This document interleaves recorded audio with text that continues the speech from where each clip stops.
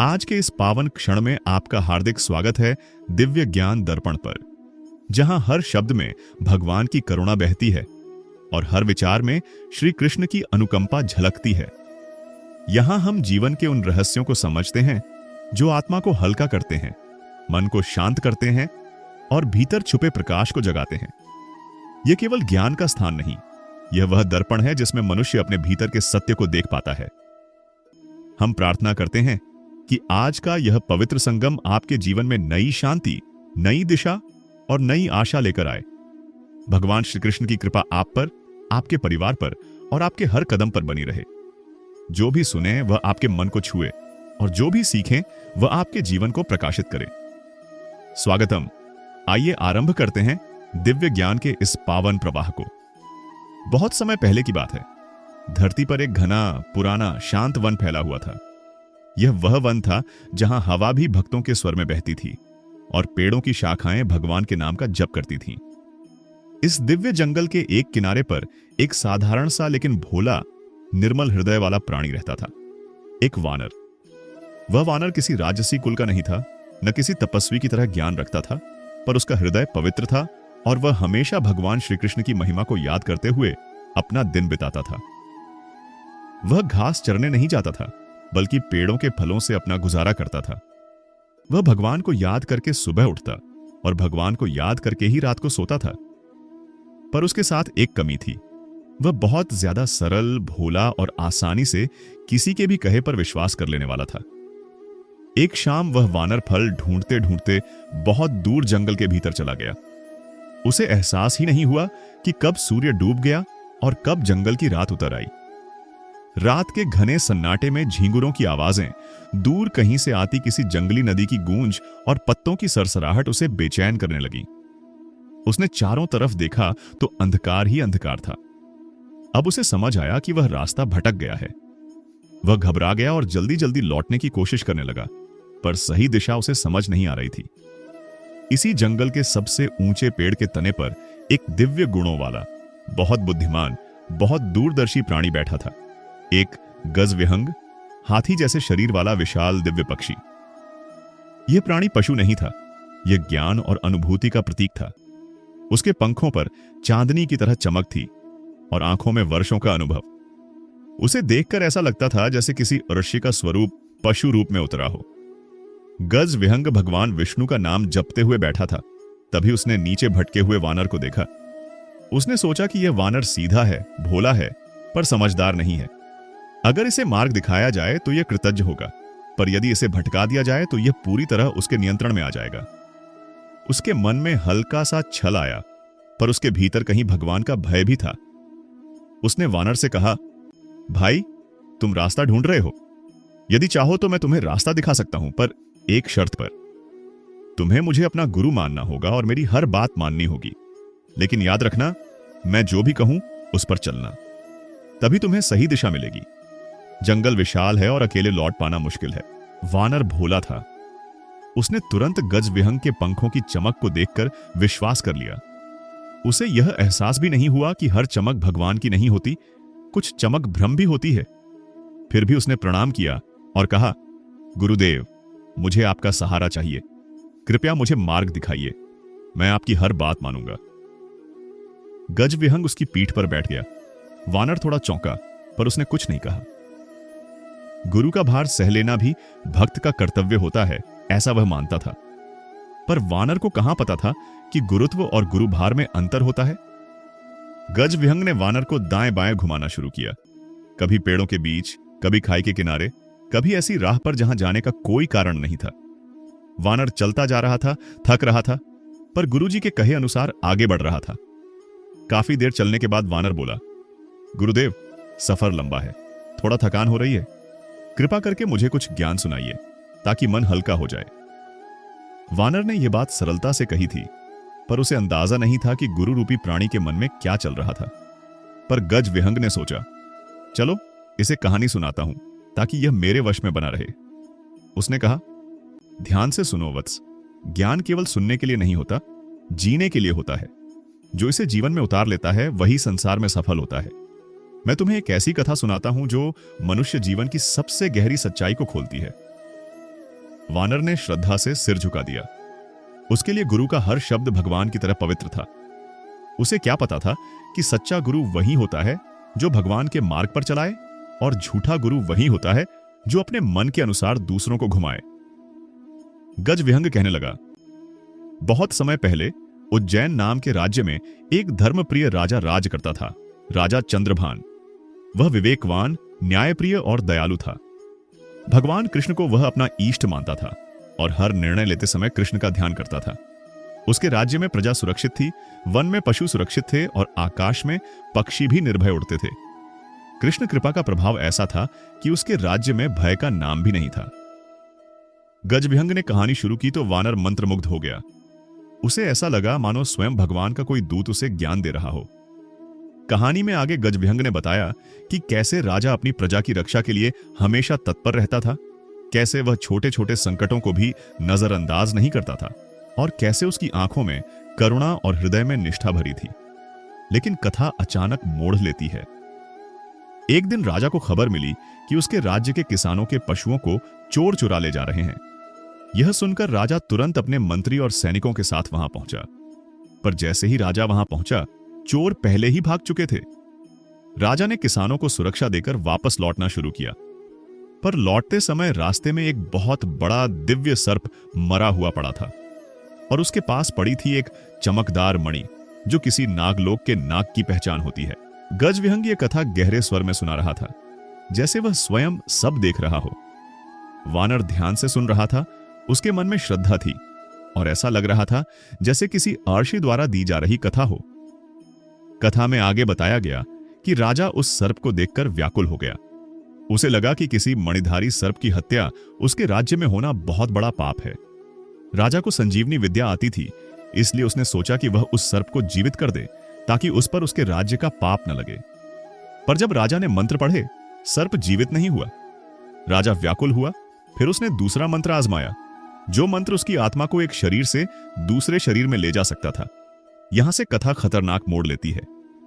राजा ने सोचा कि वह अपनी आत्मा सर्प के शरीर में डालकर उसे जागृत कर देगा और फिर अपनी आत्मा वापस अपने शरीर में ले आएगा। पर जब राजा ने ऐसा किया, तभी उसके मंत्री ने विश्वासघात किया। मंत्री ने राजा के शरीर में अपनी आत्मा डाल दी और अपने शरीर को नष्ट कर दिया। वानर यह सुनकर कांप गया।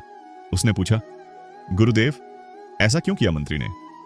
गजविहंग ने कहा, वत्स, जब मनुष्य का मन लोभ और सत्ता की लालसा से भर जाता है, तब वह अपना धर्म भूल जाता है। वह भगवान को भी भूल जाता है। ऐसे लोग संसार में तो सफल दिखते हैं, पर अंत में उनका पतन निश्चित है, क्योंकि भगवान देर से न्याय करते हैं पर अचूक करते हैं। धोखा, छल कभी किसी को फायदा दिला सकता है, पर भगवान के न्याय से भाग नहीं सकता। वानर कथा में डूब गया था।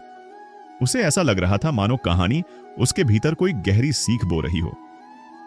गुरुदेव ने आगे बताया कि उस मंत्री ने राजा के शरीर को धारण करके वापस राजमहल पहुंचकर रानी को धोखा दिया, प्रजा को धोखा दिया और पूरे राज्य पर काबिज हो गया।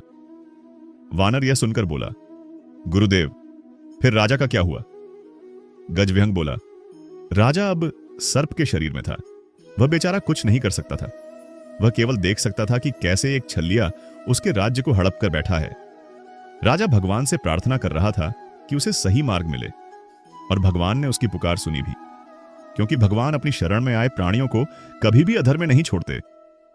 वानर ने धीरे से पूछा, गुरुदेव, फिर आगे क्या हुआ? गजविहंग ने कथा को और गहरा करते हुए कहा, भगवान कभी किसी सच्चे भक्त को अकेला नहीं छोड़ते।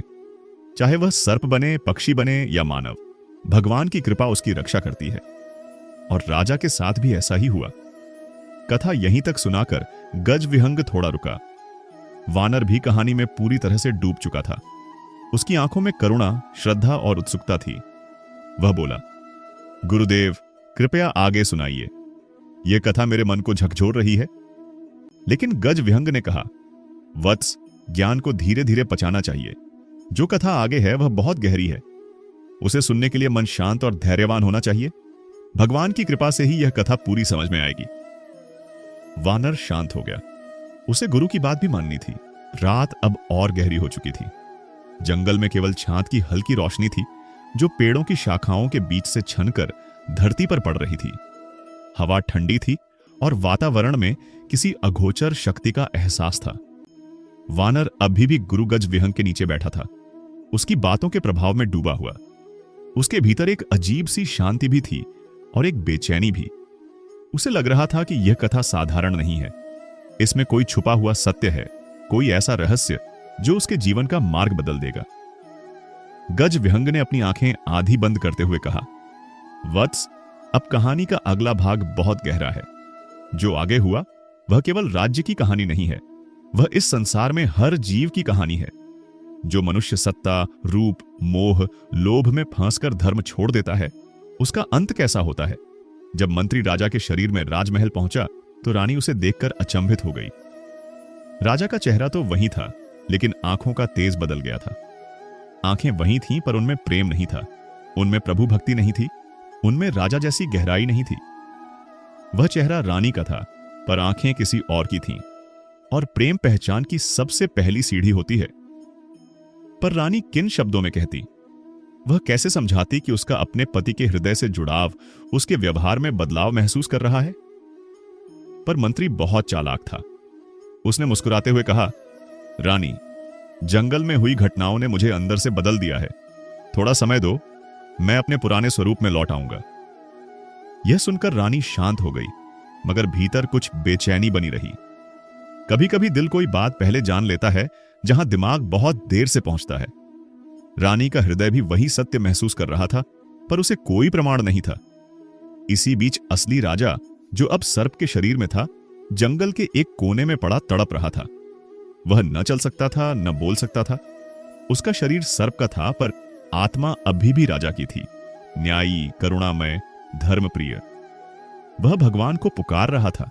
उसकी आंखों से आंसू बह रहे थे। उसने सिर उठाकर आकाश की ओर देखा और कहा, हे कृष्ण, यदि मेरी राज धर्म के प्रति निष्ठा सच्ची है, यदि जनता के प्रति मेरा प्रेम सच्चा है, यदि मैंने जीवन भर समर्पण से राज किया है, तो कृपा करके मुझे सत्य की राह दिखाओ। मैं अपने राज्य को एक छलिया के हाथों में नहीं छोड़ सकता। मेरी रक्षा करो, हे माधव। जैसे उसके शब्द हवा में विलीन हुए, एक हल्की सी दिव्य चमक उसके सामने प्रकट हुई। यह कोई रूप नहीं था, कोई मूर्ति नहीं थी, बस प्रकाश का एक वृत्त, जैसे किसी अज्ञात दिशा से आया कोई संकेत। सर्प रूप में राजा को जैसे मन के भीतर से आवाज सुनाई दी, भक्त को कभी अकेला नहीं छोड़ा जाता।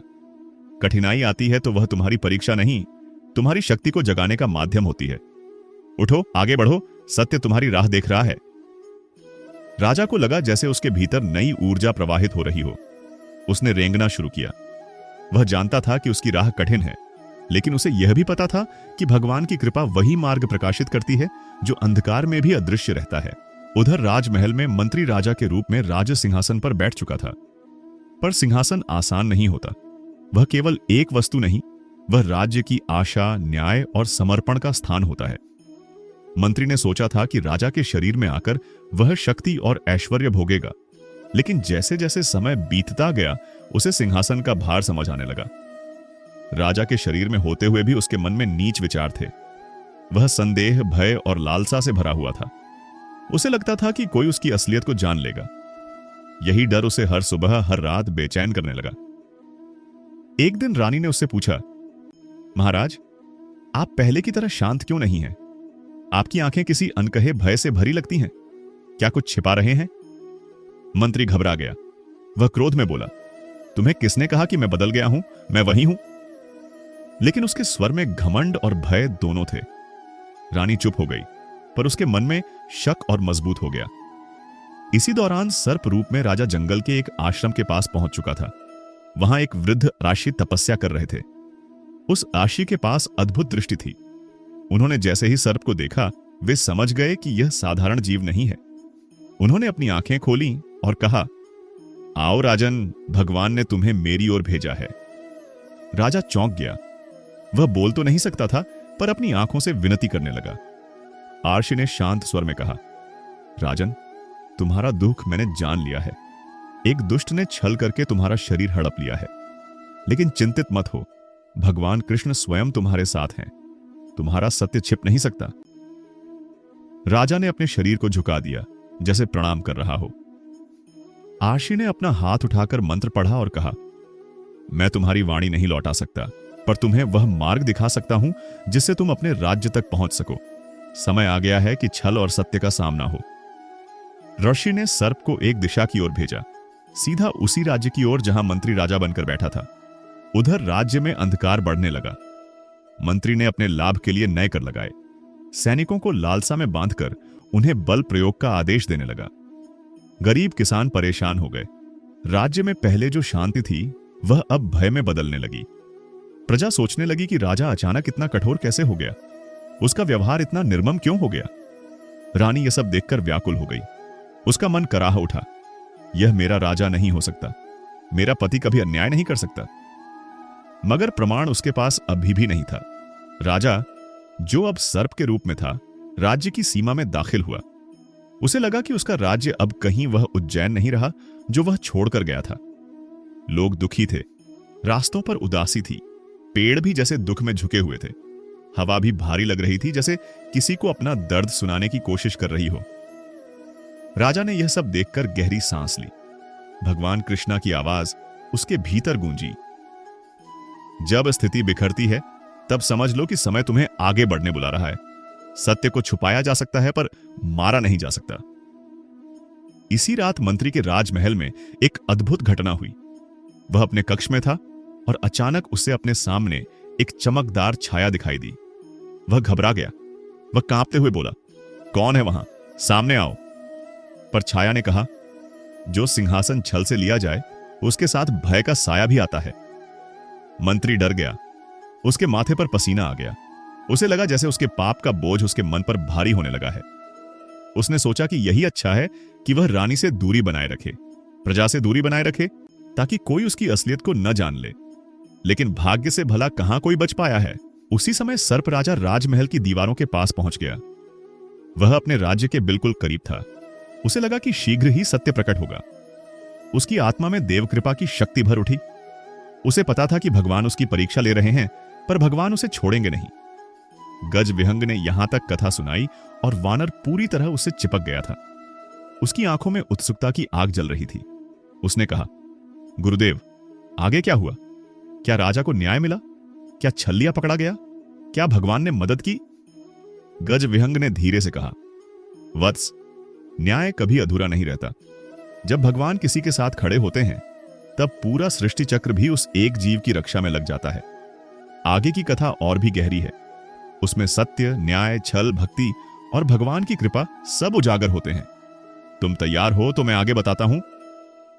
गज विहंग कुछ क्षणों के लिए शांत हो गया।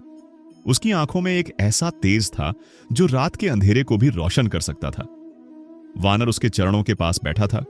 उसकी आंखों में जिज्ञासा की लौ और मन में श्रद्धा की नदी बह रही थी। जंगल की हवा भी जैसे ठहर गई थी, मानो वह भी सुनना चाहती हो कि आगे इस दिव्य कथा में क्या होने वाला है। गज विहंग ने धीरे धीरे अपनी आंखें खोली और बोला, वत्स, अब कहानी उस मोड़ पर पहुंच रही है जहां सत्य और असत्य आमने सामने आए, जहां छल का मुखौटा उतरने लगता है और भगवान की कृपा अपना रूप दिखाती है। लेकिन याद रखो, जब तक मनुष्य का भीतर निर्मल न हो, वह इस सत्य को समझ नहीं सकता। अब ध्यान से सुनो। वानर ने दोनों हाथों को जोड़कर सिर झुका लिया। उसके मन में यह कथा केवल कहानी नहीं रह गई थी, यह उसके जीवन की दिशा बन रही थी। गज विहंग ने अपनी कथा आगे बढ़ाई।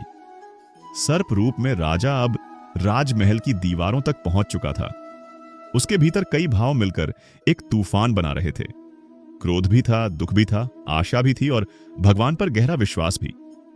वह महल की दीवार के नीचे रुका और उसने ऊपर देखा। वह महल जहां कभी उसके पांव पड़ते थे, आज वही स्थान उसके लिए ऊंचाई का प्रतीक बन गया था। वह अब किसी राजा के समान नहीं, केवल एक तड़पता जीव था, पर आत्मा वही थी, धर्मप्रिय, विनम्र और सच्चा।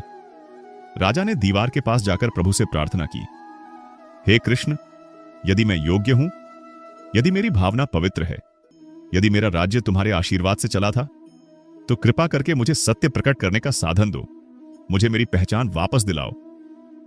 जैसे ही उसने यह कहा, हवा में एक हल्की चमक उभरी। ऐसा लगा मानो कहीं से संगीत की एक अदृश्य तरंग आई हो। राजा ने समझ लिया कि यह कोई साधारण संकेत नहीं, यह कृष्ण की ओर से भेजी गई कृपा है। उधर राजमहल के भीतर मंत्री अपने कक्ष में परेशान बैठा था। उसे नींद नहीं आ रही थी। उसके भीतर जो भय था वह किसी को दिखाई नहीं देता था, पर उसके चेहरे पर कहीं कहीं दरारें पड़ चुकी थीं। उसने आईने में देखा, वह चेहरा राजा का था, लेकिन भीतर कहीं डर से कांपता एक चोर छुपा था। वह खुद को समझा रहा था कि कोई उसे पकड़ नहीं सकता, मगर उसका मन कह रहा था कि उसका अंत निकट है। इसी रात प्रजा में हलचल हुई। लोगों ने देखा कि राजमहल के बाहर कुछ अजीब सा माहौल है। हवा भारी थी, पत्तों की सरसराहट तेज थी और महल के आसपास पहरा देने वाले सैनिकों को ऐसा महसूस हो रहा था कि कोई अदृश्य शक्ति घूम रही है। उसी समय रानी अपने कक्ष में थी। वह दीपक की लौ को देख रही थी और सोच रही थी कि उसका पति आखिर इतना बदल कैसे गया। वह अकेली नहीं सो पाती थी। उसे लगता था कि घर का कोई कोना उसे किसी अज्ञात सत्य की ओर खींच रहा है। दीपक की लौ झिलमिलाई और कमरे में हल्की ठंडी हवा चली। जैसे ही वह खिड़की के पास पहुंची, उसने नीचे देखा। उसे लगा कि उसने दीवार के पास कुछ हिलते हुए देखा। वह तुरंत चौंक गई और पास जाकर फिर देखा। वहां एक सर्प था, लेकिन यह कोई साधारण सर्प नहीं था। उसकी आंखों में ऐसी चमक थी जो किसी सामान्य जीव की नहीं हो सकती थी। उसमें एक करुणा थी, एक दर्द था और एक अजीब सी विनती भी। रानी ने अनायास कहा, तुम कौन हो?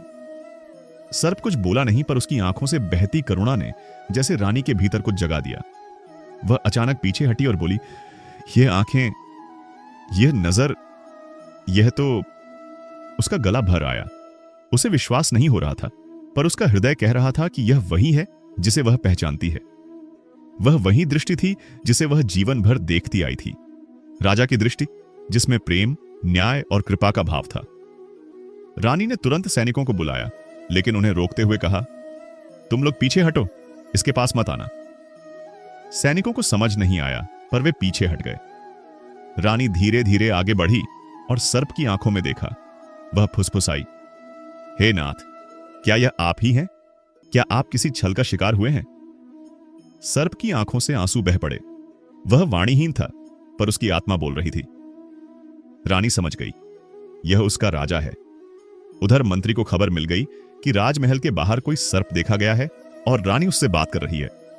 उसके मन में अचानक भय की लहर दौड़ी। उसने तुरंत सैनिकों को आदेश दिया, उसे मार डालो, तुरंत। लेकिन रानी ने क्रोध से पुकारा, कोई उस सर्प के पास नहीं जाएगा, यह राजा झा है।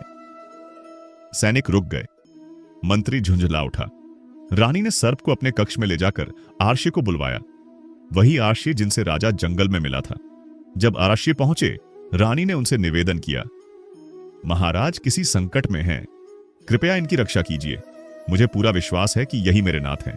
आरशी ने सर्प को देखकर कहा, रानी, आपकी आस्था ही आपकी पहचान है। आप जैसा प्रेम दुर्लभ होता है। यह कोई साधारण सर्प नहीं, ये वही राजा हैं जिनका राज्य इस समय एक छलिया के हाथ में है। रानी का हृदय भर आया। उसने आंसू पोंछे और कहा, गुरुदेव, इन्हें वापस लाने का कोई उपाय होगा? राशि ने गंभीर स्वर में कहा, है, पर कठिन है। इतना कठिन कि केवल भगवान की कृपा ही इसे पूरा कर सकती है। पर ध्यान रखिए, यह युद्ध केवल शरीर का नहीं, सत्य और असत्य का युद्ध है। उसी समय मंत्री कमरे में घुस आया और बोला, यह क्या नाटक है? यह सर्प राजा कैसे हो सकता है? मैं राजा हूं। रानी ने दृढ़ स्वर में कहा, राजा आप नहीं हैं। आप केवल उनके शरीर में छुपा हुआ भय हैं। आपका आचरण आपके सच को उजागर कर चुका है। मंत्री क्रोध से कांप उठा। वह बोला, मैं तुम्हारा राजा हूं, तुम मेरी पत्नी हो, तुम मुझे पहचानती क्यों नहीं? रानी ने शांत स्वर में कहा, राजा का चेहरा कोई भी पहन सकता है, पर राजा का हृदय भगवान ही बनाते हैं, और तुम्हारे भीतर वह हृदय नहीं है। ऋषि ने हाथ उठाकर कहा, अब समय आ गया है सत्य के उजागर होने का। जो मंत्र तुमने छल से किया था, उसका प्रतिकार भी अब भगवान की इच्छा से होगा। ऋषि ने एक गहरी मंत्र साधना शुरू की। कमरे में कंपन होने लगा। दिए की लौ एकदम सीधी हो गई। हवा भारी हो उठी। मंत्री घबरा गया।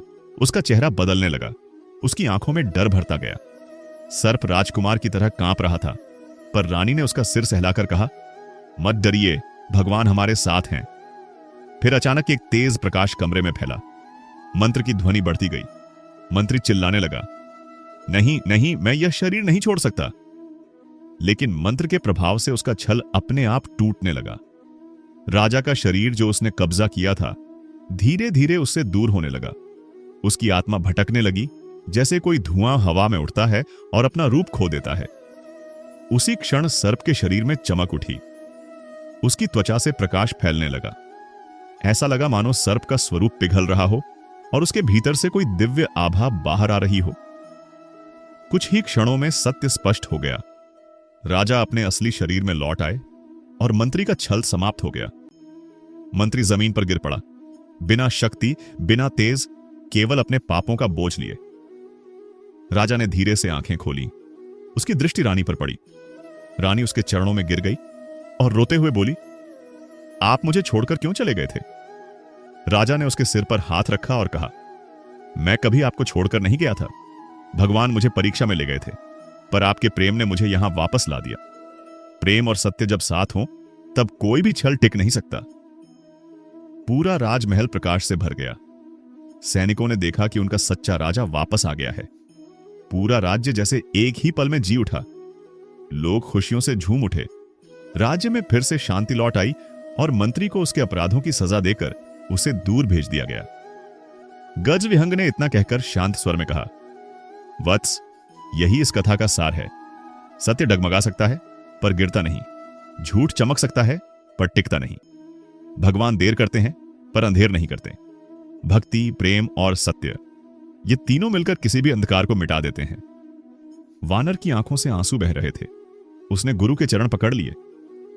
गजविहंग ने वानर के सिर पर हाथ रखकर कहा, वत्स, आज जो ज्ञान तुमने सुना उसे जीवन में उतारना। कभी किसी के सामने 4 बातें मत भूलना। सत्य मत तोड़ना, विश्वास मत तोड़ना, किसी का दिल मत दुखाना और भगवान को कभी मत छोड़ना। ये 4 बातें जीवन को सुरक्षित, उज्जवल और धन्य बनाती हैं। जंगल में शांति थी और वानर समझ चुका था। यह कथा केवल किसी राजा की नहीं, उसके अपने जीवन की भी थी।